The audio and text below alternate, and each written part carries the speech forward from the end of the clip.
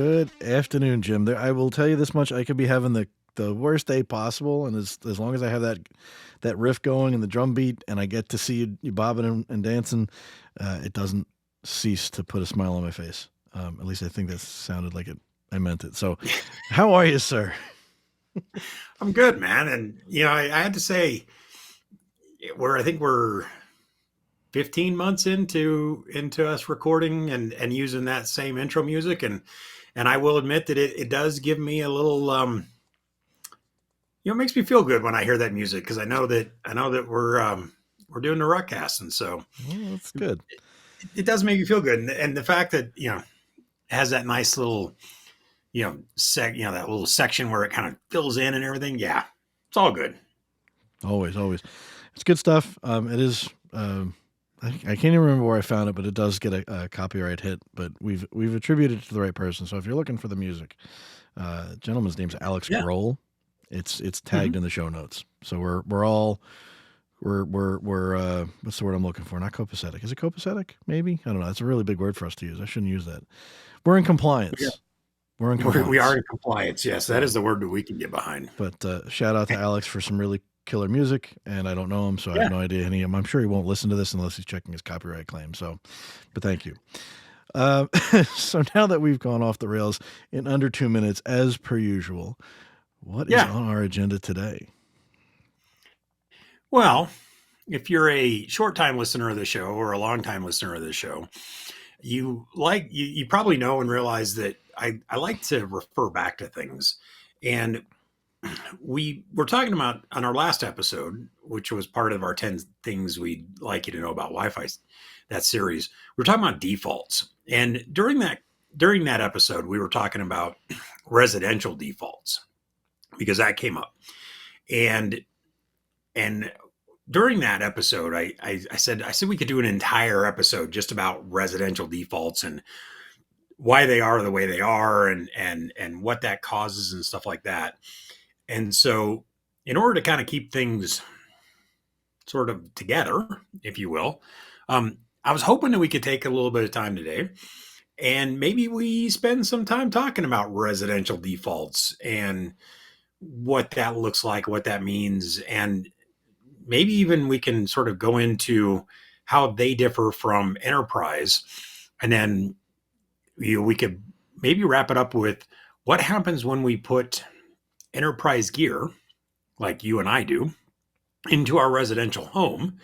Like there's a lot of Ruckus people that use Ruckus in their houses. What that really means. So that's kind of what I was thinking. I mean, unless you have an objection or you got something else. I dig it. I mean, at the end of the day, like I can't speak for well, I mean, I know kind of how you got into the wireless world, not necessarily Wi-Fi. But I mean, I would assume for most of the people that listen and most of the people that work in Wi-Fi now, chances are you probably got your start in residential Wi-Fi. And I don't mean installing. I mean, like you live at home, you live in a residence. That's the Wi-Fi we first play with, right? That's our first exposure to it. And at some point we thought we knew what we were doing. And now, I mean, I know for a fact, 10 years later, that I had everything wrong.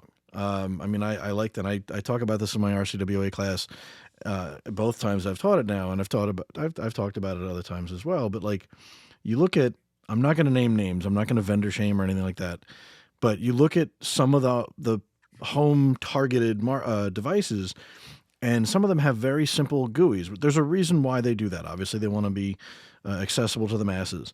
But it's got like good, better, and best for Wi-Fi. And naturally, you're going to pick best, right?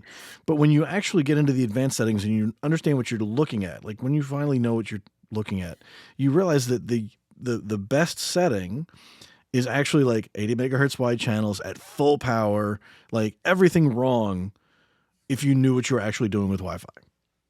Everything wrong. And of course, they do like to throw 2.4 at like channel 2, 3, 4, 5. And if you ever... I'm not going to dig it up now because it was a couple years ago, but I can't remember if it was on Slack or Twitter, and somebody posted like the actual chat they had with that vendor's tech support, and they were like, well, just move it to channel 2. Like, I understand they're not hiring CWNEs to do the support, but it's just, yeah, I mean, residential defaults are going to be fun. Well, I'll go ahead and say it because you didn't.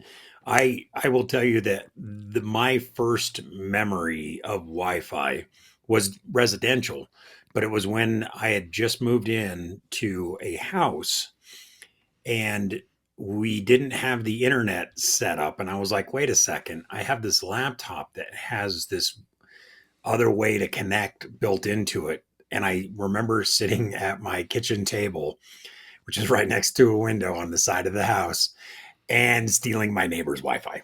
So that was, I think, hopefully the statute of limitations on using your neighbor's Wi-Fi because they didn't put a password on it is, hopefully that statute of limitations is less than 20 years because that's been more than 20 years since I've done that. Is it really stealing if they didn't put a password on it though? I mean, it's that you were borrowing with no intent to return. Well, it's like the video I sent you, and I mean, for the life of me, I don't know if it's fake. If it was, I mean, I hope it was staged. But with the old British gentleman going to his neighbor's house, knocking on the door, and being like, "I need the password." And he's like, "What are you talking about?" He's, you changed the password. I can't get to my Wi-Fi. He's like, "What do you mean your Wi-Fi?" He's like, yeah, I don't know if we should link that to the show notes, but it's been all over Twitter and social media. So, it's one of those things where, like, if you don't secure your network, is it really stealing? Now, if I hacked it, it's steal, but I mean, we're not going to get into, this is not a morality show today. Don't worry about it. No. But yeah, I think I can absolve you of that sin. Look, yeah, somebody had to say it. Look, because I can, but it's true. I mean, at the end of the day, that's the beauty part of Wi-Fi in congested areas, right? I mean, we deal with this in office spaces all the time, but when you put yourself in a home, whether it's a crowded neighborhood, an office, not an office tower, like an apartment building, condo development or whatever, odds are you can turn on a scanner. And I know this is segueing into what you've got planned for us, but you can turn on a Wi-Fi scanner if you have the right tools, and you can see probably half your development's Wi-Fi, if not more. And if you don't want to be paying for Wi-Fi and you know what you're doing and your neighbor is either really, really nice or really, really lazy, chances are you can probably borrow some of that Wi-Fi. And the reality too is, I mean, at the end of the day, I've never looked for it, but I'd be willing to bet that the default passwords for a lot of the vendor routers that you're getting from like the ISPs has been cracked. I mean, it's not hard. It's not there's got to be a pattern to it. I'm sure somebody out there has figured it out. And most people don't bother changing the defaults. Well, or maybe not most, but a lot. But anyways, back to the defaults. Defaults and residential defaults. Let's get into that. So in the last episode, we were talking about the default settings in enterprise Wi-Fi and how sometimes those aren't always the best, but you got to put something in there. And so let's talk about residential Wi-Fi because that was the topic we were talking about. And I like showing this off. This is not the first time I've shown off Wi-Fi Explorer Pro. Thank you, Adrian. From Intuitive Bits. If you do Wi-Fi, a little plug for Adrian and his stuff. If you do Wi-Fi, if you're interested in Wi-Fi, you have to go check out Wi-Fi Explorer Pro. It's now out for Windows. Version 1.1 was just released. I'm not even sure what the one for Mac is up to versioning wise at this point. But if you do Wi-Fi, if you're interested in Wi-Fi, you got to go get these tools because they are just invaluable when we're doing this work. Yeah, and I can't remember. I thought he used to have a free version, didn't he? A light version. I stick to the Pro. This is the Pro. There are other versions the Pro is nice because I'm actually using a WLAN Pi because I'm too smart to use Wi-Fi as when I'm doing work. I actually cable in my network into my laptop. So I have to use a WLAN Pi. And if you look up at the very top up here, which I can't seem to get my mouse to go all the way up there on the screen, but if you look up there at the very top, you'll notice that it says my home WLAN Pi is where I'm scanning, which is cool. It gives me the ability to do that. There are there's a light version. There's educational discounts. There's lots of different things, but just go check it out. And the reality is I'm not trying to spend anybody's money, but the Pro version is not I mean, it's an investment, but it's one of those where you buy it and you never look back. Yeah, It I comes have in handy, especially if you're in Wi-Fi. I have yeah, especially if you're in Wi-Fi, I have no problems. I don't even question it anymore. I just it's so worth it. But we're here to talk about different settings, and I'm first off, we're going to take a look at these two little lines that are down here. I really need to stop sharing just the app and just share my screen. But anyway, you'll notice that in 5 gigahertz, there's actually some 20 megahertz wide channels down at 120 and 128. It looks like down here. Now, those are my labs, and so I'm actually trying to be a good steward of the space, even though I do have extra space in there. And I do that because if you take a look at the rest of the spectrum, and let's I got a little filter up here called exclude ruckus. And so we can actually take out all of my networks and we can look at just everybody else that's around the neighborhood and we can see I really what see this somebody. looks. I really see somebody running a 40 megahertz wide 2.4 channel, don't I? So the other cool this is the cool thing about Adrian's tools is we'll take a look at I have a filter up here called badfi. Right Mm-hmm. above the signal column. There's a tool called badfi. Yep. Oh, so bad. And this is a Vantiva. Let's see. We can see that they're running at a transmit power of 24. There's actually two different ones in here that have been identified with my filter of badfi, which is they're on either 40 megahertz wide at 2.4 or they're not on 1, 6, and 11. And so this one happens to be channel 6, but there's also somebody running at channel 10. So channel 6 at 40, and then this network right up here that decided that they wanted to run 40 megahertz wide channel bandwidths. You can see that column right there. So yeah, there is some bad fi, but if we come back here, we take a look at this, what you'll notice is I can see a lot of networks from my house. And luckily most of the 2.4s, we can actually filter on just the 2.4 for a second. We'll notice that for the most part, with the exception of our one person, they're all 20 megahertz. So I have to kind of tip my hat a little bit to most defaults. You can see the vendor over here on the right-hand side. It got the Ubiquiti, Netgear, TP-Link, Google. They're, for the most part, their defaults seems like they're cleaning it up a little bit. We can, when those two people that decided to go off of the defaults, but it looks like the majority of them are all kind of set on channel 1, which is not great.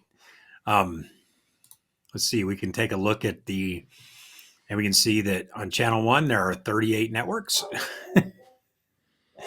with a 22% beacon overhead. Channel 6 has 32 networks with 31% beacon overhead. So there's your problem with 2.4 in residentials.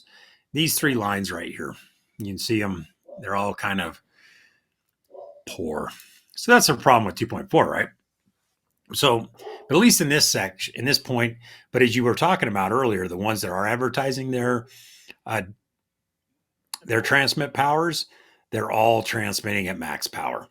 Now, this is important when you think about it, because in a residential environment, how many devices are acting as an AP in their network?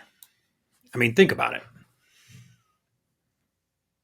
I mean, I have 3 APs in my house that runs my network.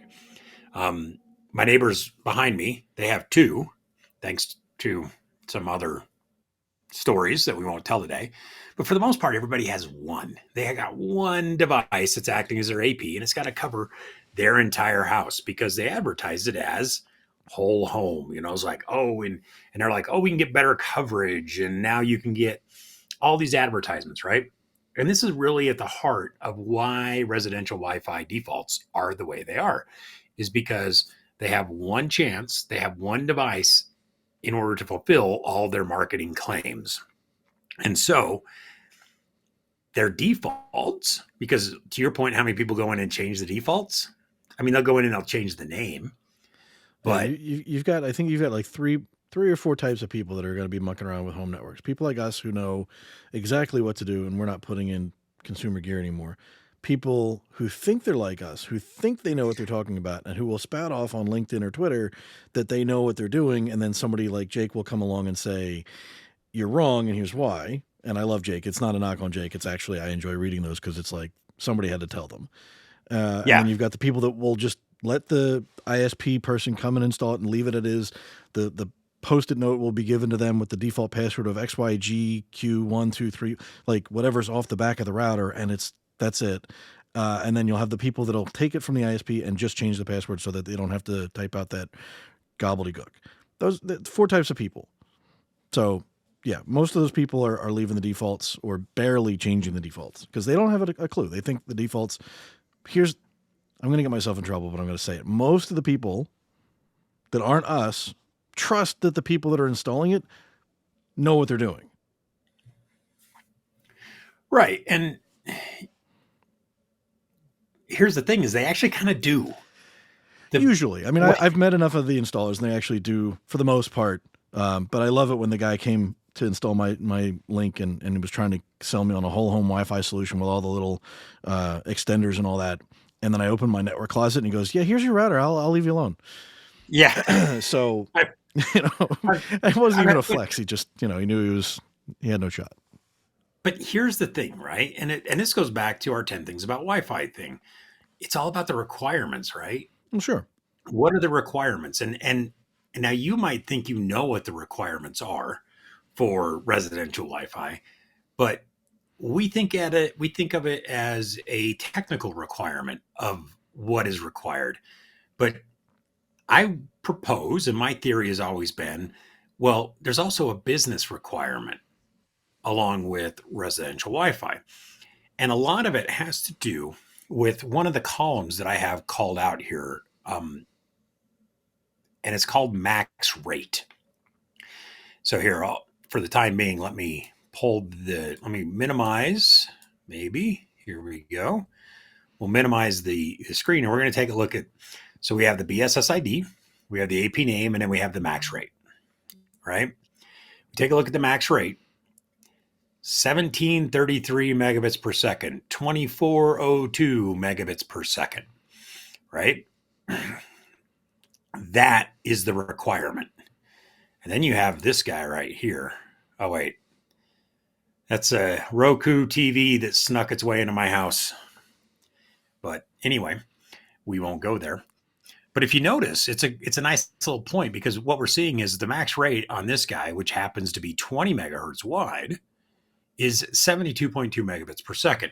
Now, if you are selling gigabit Wi-Fi as a business model to a whole bunch of residential people, and yet they cannot get more than 72.2 megabits per second as their max rate, that's a problem. That's a problem for your business.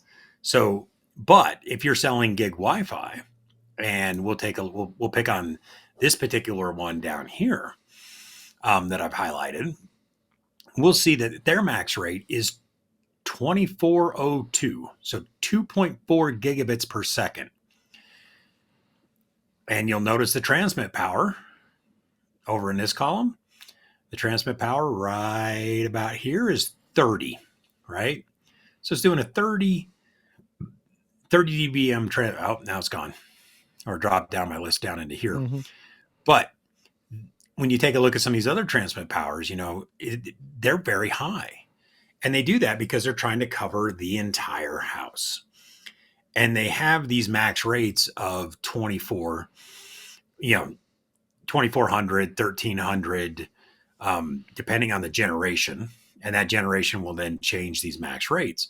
But more importantly, what you'll notice is for the most part, except for my lone Rogue Roku TV that's beaconing out as an AP,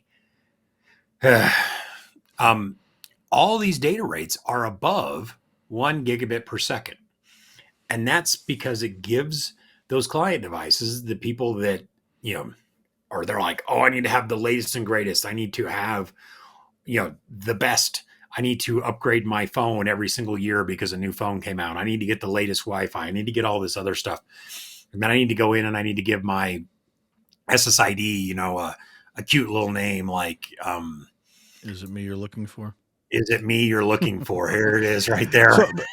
So, so one thing real quick, and not to defend the Roku, but it's actually worth mentioning. That could be the Roku offering its Wi-Fi for the remote control. There are a lot of other devices out there in a home that people don't realize are broadcasting Wi-Fi. And I'm not up on the streaming devices, but Roku's used to do it for the remotes. I think the Chromecast used to do it for the remotes. Yep. Sometimes, depending on the scanners, I don't think it'll show up on Adrian's tool, but I think it'll show up if you pull out a Fluke. Video game controllers, your printers. Generally speaking, your printers, because they want to advertise like smart printing that connects to your phone and the app, they put out their own Wi-Fi. So there's a lot of things other than the home networks too. But where I was going originally before that popped in my head was, I hear this, and to me, I just want to blame marketing. Marketing is the reason why the home defaults are the way they are. But the ironic thing is, if people actually got everything together, right, they'd sit there and say, okay, I don't need one router to rule them all, unless I've got a small apartment or something like that. I might need like a base station and a couple, we don't sell them, but like, more than one AP per house, right? And it's an opportunity for some of these ISPs to sell more gear. And I honestly think they're starting to get onto that because, I've installed my ISP drop, I think 3 years ago now, and that was what they were offering me. It wasn't like a one AP. It was like, we're going to sell you this and base station and it's mesh, but whatever. I think they're getting smarter to it. It's the idea of like the in-house speakers, right? You want to play music where you can hear it in every room in the house. Do you crank the speaker to 11? Or do you actually have wired speakers, or in this case, wireless speakers, in every room that you want to hear the music in, so that you can have it at a tolerable level where you hear it, but your neighbors don't want to kill you? Same idea. And so, to your point, here's an HP. Mm-hmm. An HP. There's actually two different printers that we can see here. Yep, and the one above it's a speaker. One's the Pulse is a speaker. And so there's all these different things, and so to your point, it's all about marketing, right? Marketing, because if we were to take a look at the BadFi, let me come back into here. On a 40 megahertz wide channel, you can get 600 megabits per second, which is really, really good. And for most homes, it's actually all you need. However, and you can get that on a 40 megahertz wide channel, right? So when we take a look at residential Wi-Fi, we'll get rid of this. We'll take a look at just the residents, right? We could actually get, if they were, say, set the defaults to 40, then you could get 600 megabits per second, or whatever that number ends up working out, which would solve most residential Wi-Fi, because now instead of having everybody down at Uni 1 with this, giant block down here, or a giant block up at the top where everybody's, stepping on each other, you could actually make residential Wi-Fi faster if they defaulted to 40 megabits or 40 megahertz wide channels as opposed to an 80. However, that the math right here, this max rate that tells us 2.4 gigabits per second, is what ends up driving all of these. Now, The last thing I want to get into real quick has to do with, well, why are they on Uni 1 and Uni 3? It's kind of hard to see with this screen, but if you look down at those bottom numbers, what you'll see is there's some white numbers that are on the sides, but that center section is all blue numbers. And what you'll notice is all the blues are empty. And this is an old antiquated thing that comes from DFS, because those are the DFS channels. And for a while, DFS was not allowed because we got in trouble. The Wi-Fi industry got in trouble for some things that happened that we won't cover today. And so there's a lot of devices that for a period of time would support 5 gigahertz, but they would not support Uni 2, which is all those blue numbers there across the bottom. And so in order to cut down on support calls on why does my, you know, my little box that my router that I get from my ISP that I rent each month on my bill, why does that, you know, why doesn't it work for, it works for some of my devices, but not all of my devices? And it's like, well, because, well, you have an old device that might only support Uni 1 and Uni 3. So what happens is they're really by this by these two different things converging. We need to have a high max rate, but we need to be able to support all the residential devices.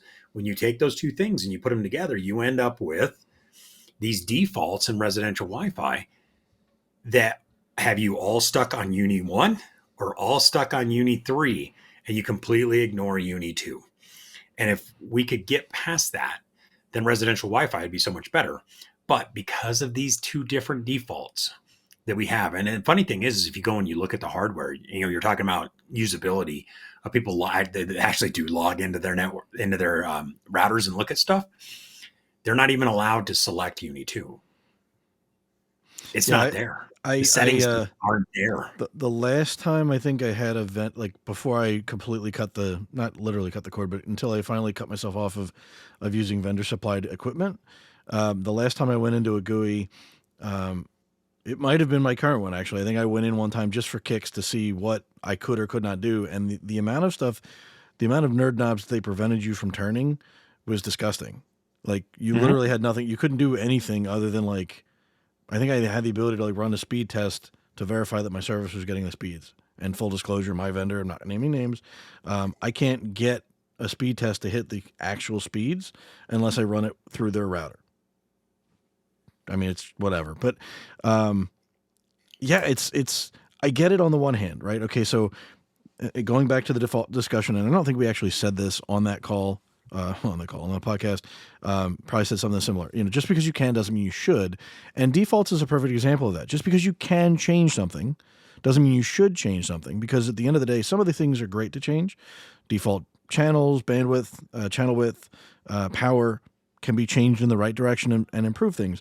But there are things like beaconing and hiding your SSID that can be changed, but really shouldn't, because they don't do anything other than probably break stuff. Hiding your network does not do a thing other than like it'll show up. You see on Jim scrolling, there's a whole bunch of hidden networks. It's not secure. It's not more secure. It doesn't remove the beacon from the overhead. You're still doing the same stuff. It doesn't clean up the Wi-Fi. So I get it if they're hiding that to prevent people that, like, your mother, your grandmother, whatever, who has no clue other than she wants to be able to FaceTime the grandkids. I get it. Because if you hide it from her, she can't break stuff, and then it cuts down on support calls. But it's to me, I lost all the control, and I'm like, I'm glad I pulled out my MikroTik, and that runs my network, and I'm happy with that because I can do everything I want with that, and I have all the control in the world. So, well, let's go back to requirements, right? Because the requirements for this really drives these settings that we're looking at, these default settings. But you remember when I said it wasn't a technical requirement that was driving this? It was a business requirement. The business requirement for residential and ISP networks is for the end user to not call the ISP. That is their requirement. So all these hidden networks that we're looking at right here, most of them are for the techs, for the people that you call to come out. There's all these other things that are happening. And so if you don't see them, when you go, hey, show me the network, and you don't see all these hidden networks that I have listed here, then you don't ever ask the question, why are there these three other odd networks that I see coming off of my ISP? And this is a problem in 5 gigahertz, because each one of these networks then is a beacon that takes up time on the channel. That's why this tool, having beacon overheads, when we take a look at, channel 157 at 5 gigahertz has 19% beacon overhead.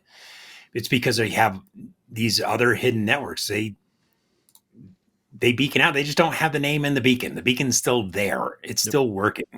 And so that is where the problem comes in. But the funny thing is, I like to play around with this tool, is you then get to see networks like this one that I've highlighted. Sim and Jerry 2.4 5G extension that has a transmit power of 63 dBm, which seems like a lot to me. I mean, I, I don't know about everybody else watching, but 63 dBm transmit power That seems like a that doesn't seem kosher to me. that does not seem very kosher to me. But it's fun to it's fun. Residential's fun because you get to see all these other things. I can't find it, but I used to have one of my neighbors that had a DTM period. Oh, here's a DTM period of 3. Yeah, don't do that. Um, don't do what? Oh, Don't that's change nice. don't change some of those. You know, like well, I was looking at Well, the beacon interval. Like if you have a yeah. neighbor that changed their beacon interval, go smack them. Well, they did. That's what I'm trying to find because I had a neighbor that had a beacon interval of 33 milliseconds and a DTIM of 33, and I wanted to go hunt him down with my tools and knock on the door and be like, "Hey, on behalf of Wi-Fi professionals everywhere, Don't do that. Bad idea. why did you do that? Just to, And we and like to know why." and the reality is, unless they're going to bust out their CWNE card, which we don't actually get cards, but unless they're going to bust that out, in which case we're going to name and shame. Like chances are they thought it was something that might improve it, and there's probably some AI generated explanation that thinks it might improve it, but really and truly, if you change the beacon interval, it's a standard. You're going to break stuff. So to kind of bring it home, because I know we're kind of Yeah, running out of it. We're trying to be helpful. This isn't a part of the 10 thing series, but it's an extension of that, if you will.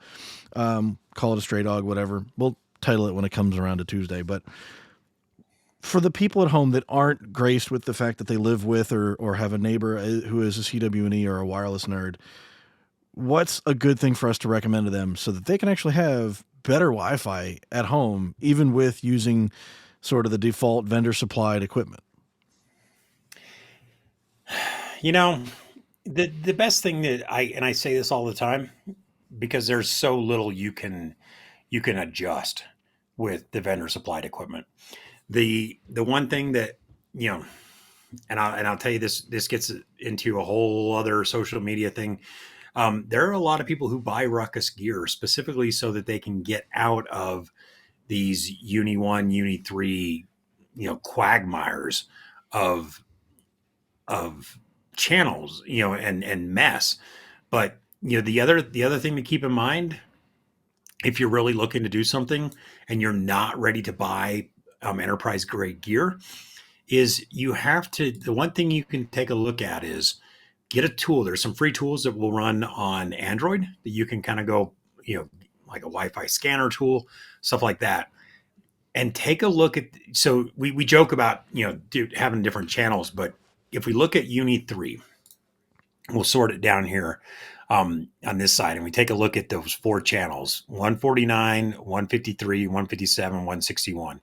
What you'll notice here is that the majority of my neighbors are on either 157 or 161. Now, while you'll have overlapping networks, across all of, and you can see that in these 4 numbers right here, the 37, 48, and 41. The best thing that you could do that I could recommend is if you're stuck in Uni 1, Uni 3, find one of these channels that has the least number of networks on it. In my case, 153 only has one network on channel 153, because at least at that point, your beacons aren't competing with other people. And so then your AP, well, you're still going to have to, worry about other things. At least, if you can shift off of that one channel 157, or if we look down at Uni 1, channel 44, it looks like all the defaults are on channel 44 and channel 157. Just that's the one thing you can do is you can change your channel to either 36 or change it to 140, or 149. I'm sorry. Change it off of because that's a different channel still within that same uniband that you're allowed to do. And it will allow your beacons to not have to compete against other beacons. And so at least at that point, you can still talk on a 20 megahertz wide channel for smaller data, and you'll be fine. Run a lot better. No, and I would say the 2 things I would say, first and foremost, and I know we've talked about it before. We've had to have mentioned it on a prior episode, but if you're dealing with a large house, it may be worth looking at, if you're not willing to fork over the money for And you can go on, I'm sure it's on eBay or whatever. You can find some slightly used, gently used enterprise grade gear from Ruckus or similar that could do it. But otherwise, one of those mesh solutions, and I'm not going to advocate for anyone. I've never used any of them, but I know people who have. I think one of the folks that works at Hamina recommended one brand for family members because he just didn't want to deal with it. And it was easy and painless. Mesh, you lose a little bit on the far end, but not a lot, and it's worth it. Otherwise, if you're dealing with an apartment or a smaller home, don't jack up the power. Don't do that. But put the AP, put the device, the router that's broadcasting your Wi-Fi, put it in the central location. Put it as close to the main use areas as possible, and don't put it next to like your HVAC. So things like that. Move it as close to you as possible, and you'll be fine. The other thing is, putting it behind your TV, putting it right next to other electronics, not a great idea. Give it a little bit of space. You want to have, and if you can go vertical, get it below your TV. If you have to have it near the TV, get it below there. You want vertical separation. Get it away from anything else that generates. It's electronic. Yeah. Get it away from that. So what I'm hearing, Jim, is like Wi-Fi is like a fine wine. You've got to let it breathe a little bit. You do have to let it breathe. The last thing I'll talk about with when you brought up mesh, look for a mesh solution that has 2 5 gigahertz radios, because it'll do the mesh backhaul on one of those 5 gigahertz. And if they've done it right, they'll actually put the mesh, as you can see here. If we take my junk out of it again, they'll put the mesh in that giant wide open space that you have. So you have this great mesh backhaul in Uni 2, but it'll still do client serving on those ends on Uni 1 and Uni 3. Yeah, so, and I think the other thing now, not that you want to spend for it, but with 6 gigahertz now in the last year or two, I haven't looked. I'm not in the market for them. I don't need to wire everything, but I know there's probably some mesh solutions out there that are leveraging the 6 gigahertz as well. So that's a topic for a different day. But yeah, if you can do mesh in 6 gigahertz, because here we'll take a look at it. It's wide open. Another plug for the WLAN Pi. I'm able to see 6 gigahertz using a laptop that does not have 6 gigahertz.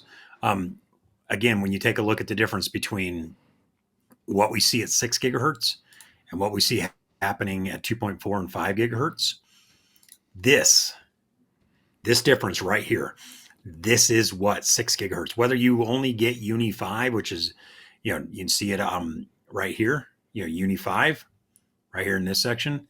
Whether you only get Uni 5 in your regulatory domain or not, there's a lot of empty space in Uni 5. Yeah. No, might not be all that you have everywhere else. Give us time, we'll screw it up, but I have faith. But with lower transmit powers, right? Yeah. With these lower transmit powers, because if you look, this transmit power. And I have I actually reset all my 6 gigahertz stuff earlier today, so I don't have any Ruckus 6 gigahertz running at the moment. But if you look, the transmit power for my neighbors is at 20. When we take a look at 5 gigahertz, those transmit powers are 23s. So it's at least 3 dB, if not, there's a 26 right here. You're looking at 3 to 6 dB less transmit power, which means 3 to 6 dB less signal going outside of the home. So we have a big, standard power is great, but for residential, it might be a good thing that we keep it at a, and if you take a look, regulatory info, this little column right there, we can see that the one network that I can see off of the one AP is an indoor access point. You can see it right there. But that looks, that's heaven on earth right there for a Wi-Fi. It is. That's great. That's the great thing about 6 gigahertz. Yeah. So I would say if you happen to know somebody in your neighborhood who's a nerd, maybe he's a Wi-Fi nerd or she's a Wi-Fi nerd, buy him a beer, offer him a drink, get him a snack, and they'll impart knowledge. I know, Jim, you've done this before. We've shouted out your neighbors. Some of your neighbors are smarter about Wi-Fi because you just happen to move in that neighborhood. It's not hard to find some of these resources. That's why I actually pointed out that Adrian has a light tool that's free. Pro, I don't know the prices. We're not going to get into it. I'm not a salesman for Adrian stuff. It's worth the investment because you get to see all of this and you can find better Wi-Fi without going crazy and spending without necessarily spending thousands of dollars on new equipment and bigger circuits and stuff like that. You spend a couple $100 max on one of these bits of software, and some of the Android tools and things like that are actually free. And you spend a little bit of time understanding what you're looking at, and you can get some really good home Wi-Fi for not minimal investment other than time, and it's well worth it. You can see a lot of people just throw it up, throw money at it until it works, and they don't care. And the reality is they didn't need to. But so that's why it was good. It was a good tangent to go off of. It created a whole separate episode. And I'm glad that I don't have to run anything other than carrier grade Wi-Fi at home. So, but I'm spoiled. Only just to get you into Uni 2. But well, I got some Wi-Fi 7 stuff burning a hole in a box next to me, so I think that's going to go next. But new cables first. That's a different topic for a different day. Ooh, that is a good topic. It is. I think it's actually, that's a worthwhile topic. I had a conversation with somebody about that yesterday, and their eyes opened wide when I said, you really have to start thinking about the cabling. But anyways, I think that's a good point for us to stop at today. Mr. Palmer, I don't know if you have anything else to send us home with. No, just we'll put some show notes in there for some different tools that you might want to invest and look at to try to give you an idea of what's actually happening around your neighborhood and in your Wi-Fi. Because, it's kind of fun to take a look at. In a completely non-creepy way. You just don't tell anybody. Yeah, well, then we're going to get into war driving, and then just that's probably something for another channel. I don't think we can even talk about that one here. But anyways, we'll catch you on the next one, sir. Yeah. Without getting us in trouble, we'll call it a wrap, and we'll see everybody on the next one. All right. Hey there. Thanks for listening. If you liked our show and haven't yet done so, please like and subscribe. If you want to contact the show directly, you can email us at ruckcast@comscope.com. Jim and I both read those emails. To learn more about any Ruckus products or services that we've talked about on this or any other prior podcast, please check out our About section of the show or the show notes. And as always, thank you for listening.